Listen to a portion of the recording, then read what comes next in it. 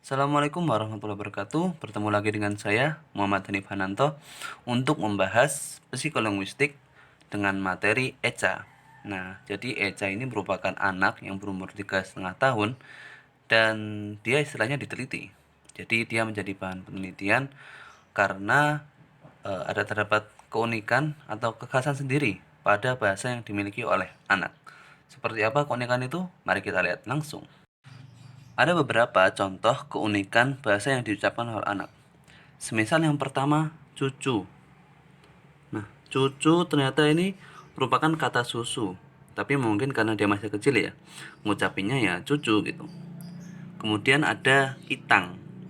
Sebetulnya kan penyebutnya ikan, tapi karena ya masih kecil, itang jadinya itang. Kemudian yang terakhir ada geles. Geles padahal geser. Jadi ada tiga. Yang pertama ada tiga contoh kata ini ya. Ada cucu, itang, dan geles. Kemudian yang selanjutnya ada kata kulkas dan gelap. Nah, ketika si Eca ini, anak kecil ini berkata kulkas, yang dia maksud adalah Yakult. Sedangkan ketika dia berkata gelap, itu yang dimaksud sebetulnya mall atau supermarket. Kok bisa ya? Nah, kita jelaskan satu persatu. Nah, yang pertama kita jelaskan cucu, itang, dan geles. Jadi penyebutan cucu, itang, dan geles ini terdapat proses linguistik yang bernama idiomorf, fonologi, substitusi bunyi, dan permutasi.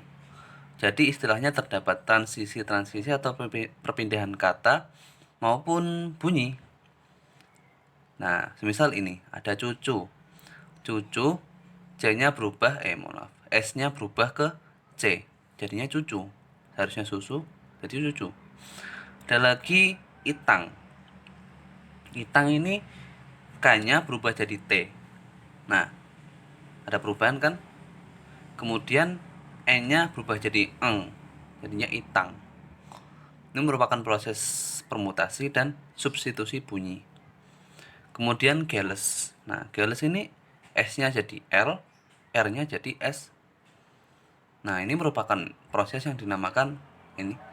Ada substitusi bunyi, permutasi, idiomorf, fonologi, dan ya bisa disebut transisi-transisi kata maupun bunyi yang ada di dalamnya.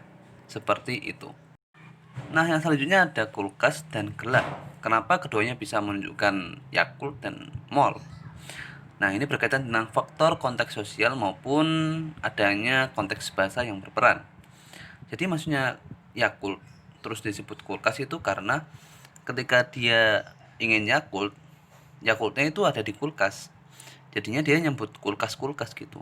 Biar dia bisa dapat Yakultnya, biar dia bisa diambilin Yakultnya sama si peneliti ini.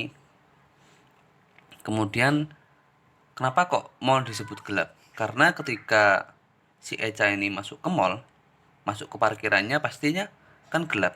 Nah, jadi dia itu mengidentifikasi mall dengan kata gelap. Nah, di sini konteks sosial itu sangat berperan penting sehingga penyebutan Yakult yang disebut menjadi kulkas dan mall yang menjadi gelap. Jadi ini cukup unik. Maka demikian faktor konteks sosial sangat berperan dalam penyebutan kulkas dan gelap. Jadi si Eca ini, si anak kecil ini ataupun anak kecil yang lain mungkin ya, memiliki kekuatan atau potensi namanya holofrase. Jadi dia hanya mengucapkan satu kata tapi maknanya luas. Sehingga ketika dia bilang cucu, ortunya langsung memberikan susu. Ketika dia kulkas-kulkas, ortunya langsung mengambilkan Yakult. Ini bukan sponsor ya, mohon maaf. Ya bisa pakai contoh lain. Bisa jadi Indomilk atau apa. Atau kata lain.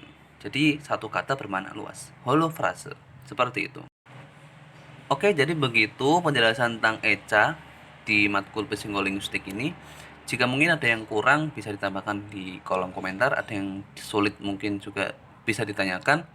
Saya juga masih belajar dan saya terima semua apapun komentarnya. Terima kasih sekali lagi. Semoga ini bermanfaat. Assalamualaikum warahmatullahi wabarakatuh.